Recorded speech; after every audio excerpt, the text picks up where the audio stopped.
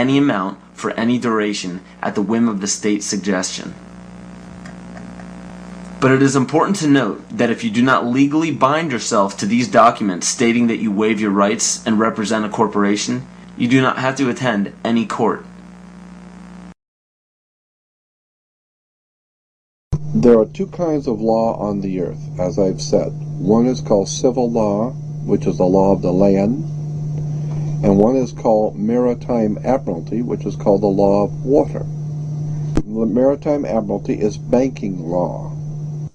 So consequently, the corporation and government and people who want to control you, they create a second you, and that second you that they control, that they created, is all capital letters. Check it out. Anytime you get a bill, you get a lawsuit, you get a fine, a ticket, somebody sends you a bill from the Department of Water and Power, check it out on your driver's license, on your Social Security card, on your insurance cards. Anything having to do with business, your name will always be in all capital letters, because only all capital letters can be dealt with by banks and government. You need to wake up and find out how this stuff really works. Because once you understand that you don't need to submit yourself as an American to a British commercial venture called courts. You're an American. You don't need to go to court. There's nobody. You only go to court because you agreed to go to court. When they send you a subpoena to court or a summons to court, and they've sent you something, you look at it and say, hey, Jack, that's not me.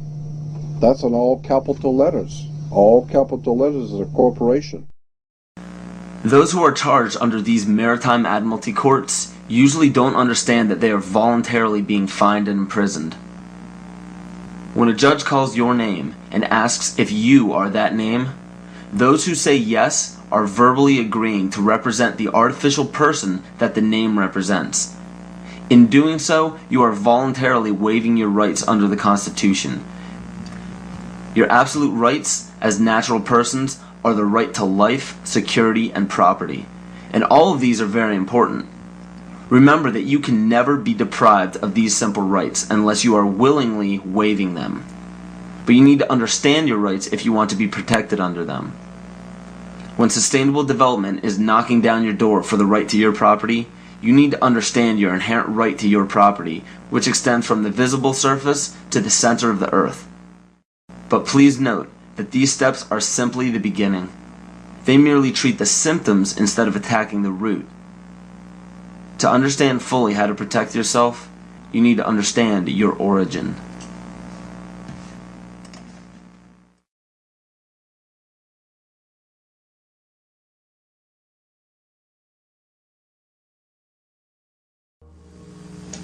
The true history of this planet has been stifled from the top down. Since the inception of monotheism and the ridicule as well as outlaw in specific cultures of all pagan religions and practices, a lie has been forced upon all civilizations. You have to wonder why powerful empires were threatened enough by paganism to make the practice of such religions punishable by death. This threat didn't end during the Roman Empire. Take a look at how the founders of America, by mandate of Great Britain, wiped out Native American tribes indiscriminately. Great Britain has also shown some of the most brutal forms of genocide in Africa, India, New Zealand, New Guinea, and many other locations in which pagan tribes still existed. East Timor suffered from one of the most brutal genocides in all of history and was fueled by the United Nations and the United States funding during the Carter administration. Ford and Kissinger visited Jakarta, I think it was December 5th. We know that they had requested that Indonesia delay the invasion until after they left because it would be too embarrassing. And within hours, I think, after they left, the invasion took place on December 7th. What happened on December 7th in 1975 is just one of the great evil deeds of history. Early in the morning, bombs began dropping on Dili. The number of troops that invaded Dili that day almost outnumbered the entire population of the town. And for 2 or 3 weeks, they just killed people.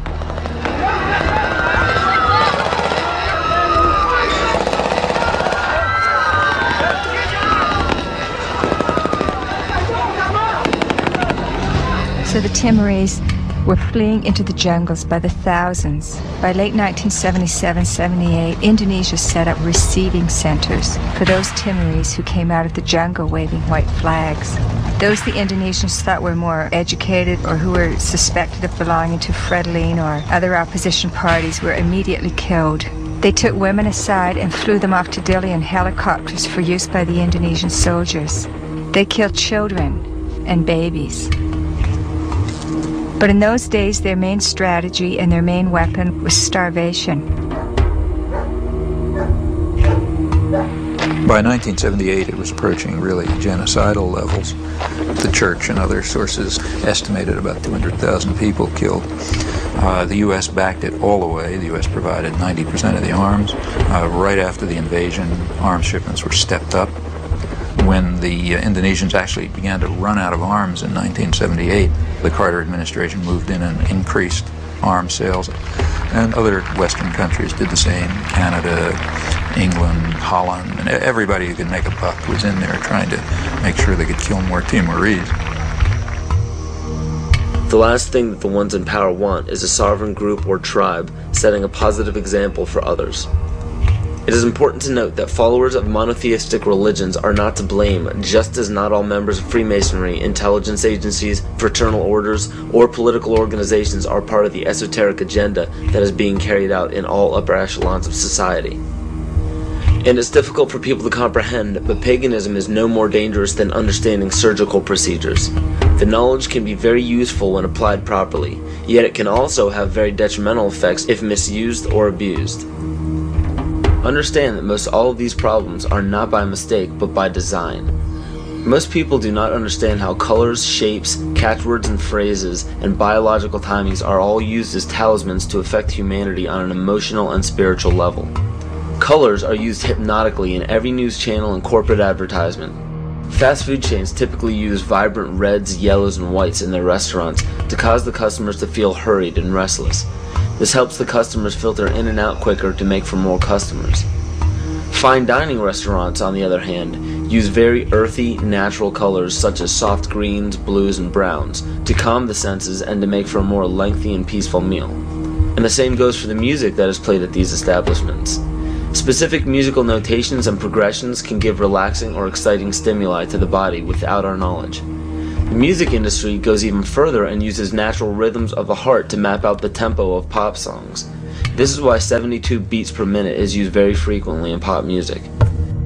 Music is not a product of culture. In 1986, the National Academy of Science found that infants prefer consonant sounds such as perfect fifths rather than dissonant ones. This is just a small example of our natural ability to understand sound. So be very careful when placing a child in front of a TV or near a stereo. Those who believe that children cannot comprehend violence on a TV screen or aggression from music are thinking strictly with the left brain. The child may not rationally understand the words or actions on the screen, but the right brain, even in infants, can absolutely understand everything in its immediate environment because it transmits a frequency that can affect us on a subatomic level. Science has even proven that proper sonic vibrations are essential for the health of our vegetation. Studies done on many ecosystems have shown that when a specific species becomes extinct or moves from an area, another species will replace its song patterns to fit the overall harmony of the vibrations required for plant life to thrive. All these are known as talismans and are used very carefully by corporations and the media. Catchphrases are also used to spark certain emotions in the psyche. When the average person hears the words terror, bombing, gunshots, murder, war, assassination, and so on, the body and the mind respond with heightened alertness and caution.